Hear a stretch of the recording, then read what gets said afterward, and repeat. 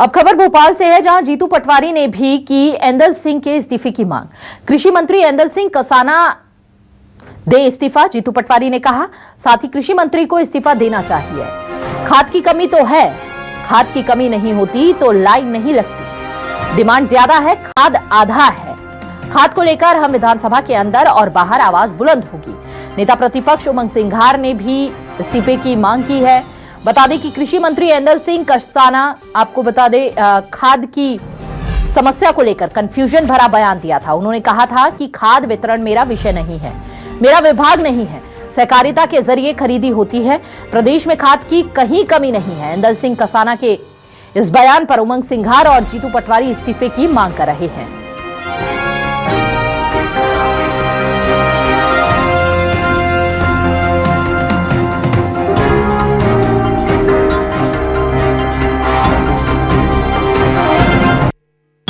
तो कृषि मंत्री जी ने अगर ये कहा है तो फिर लोग लाइनों में क्यों हैं, भूखे क्यों मर रहे हैं? उस महिला को जो शिवपुर से जेल में दी खाद के प्रयास को लेके क्यों भेजा गया?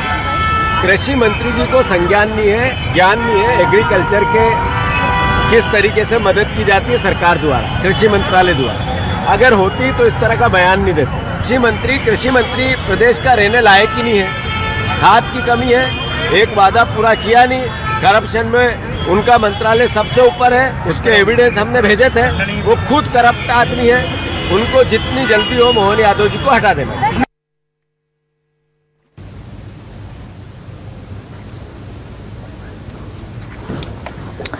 तो जीतू पटवारी को आप सुन रहे थे। जीतू पटवारी ने भी एंदल सिंह कसाना की इस्तीफे की मांग कर दी है। कृषि मंत्री एंदल सिंह कसाना दे इस्तीफा, जीतू पटवारी कह रहे हैं। और साथ ही यहां पर कृषि मंत्री को इस्तीफा देना चाहिए, जीतू पटवारी ने कहा। और इस विषय पर खास बातचीत करने के लिए हमारे साथ बीजेपी प्रवक्ता दुर्गेश केसवानी जी जुड़ चुके हैं। दुर्गेश जी, जीतू पटवारी कह रहे हैं कि एंदल सिंह कसाना जी को इस्तीफा दे देना चाहिए। मुझे लगता है कि जीतू पटवारी जी को पहले पूरा प्रदेश, उसकी भौगोलिक स्थितियां और जो शासन प्रशासन, उनको सिर्फ मुंह चलाना है, शासन प्रशासन चलाने में फर्क होता है। रही बात खाद की, डीएपी की, सतत मॉनिटरिंग की जा रही है, सतत पहुंचाने का काम किया जा रहा है। और माननीय केंद्रीय मंत्री के तो खुद किसान पुत्र हैं, उनको सब समझ सब आता है कहाँ पे क्या जरूरत है क्या नहीं। ये सिर्फ और सिर्फ आरोप और आलोचनाएं करके जीतू पटवारी जी सुर्खियों में बने रहने का काम करना चाहते हैं।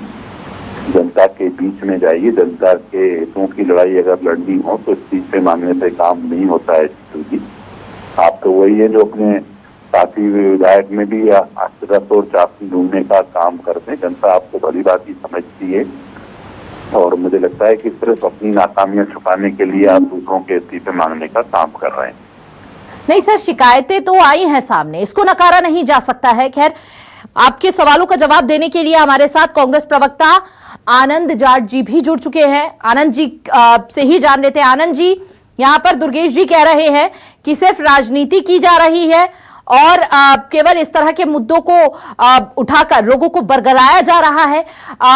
यहाँ पर इस तरह के बयानों की कोई जरूरत नहीं थी। जीतू पटवारी जिस तरह कह रहे हैं कि यहाँ पर एंदल सिंह कसाना जी को इस्तीफा दे देना चाहिए।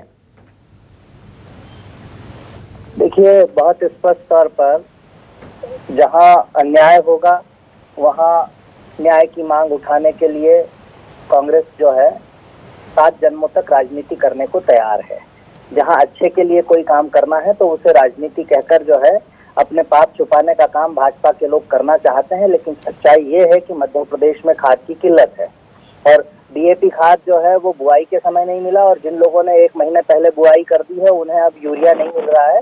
ये तमाम तरह की दिक्कतें हैं और इस दिक्कत को अभी 2 दिन पहले भी केंद्रीय कृषि मंत्री के सामने जो है माननीय उपराष्ट्रपति महोदय ने भी ये सवाल उठाए हैं कि आप लोग किसान जो बहुत परेशान है, उस किसान को आज सबसे ज्यादा जरूरत है, वो असहाय है, वो अकेला है और आपका एक एक पल थारी है। ये सब बातें कही है। भाजपा के प्रवक्ता कुछ भी कह सकते हैं लेकिन केवल डिनायल मोड में आने से या हर बात को नकार देने से जो है वो समस्याएं हल नहीं होंगी। ठीक है, लेकिन समस्या का हल ढूंढना बेहद ज्यादा जरूरी है, क्योंकि परेशान आम जनता है, परेशान किसान है, अन्नदाता है, और इस परेशानी का हल आखिर कब निकलेगा, ये सवाल बरकरार है। बहुत बहुत शुक्रिया आप दोनों मेहमानों का हमारे साथ जुड़ने के लिए, अपनी अपनी प्रतिक्रिया इस पूरे विषय पर साझा करने के लिए।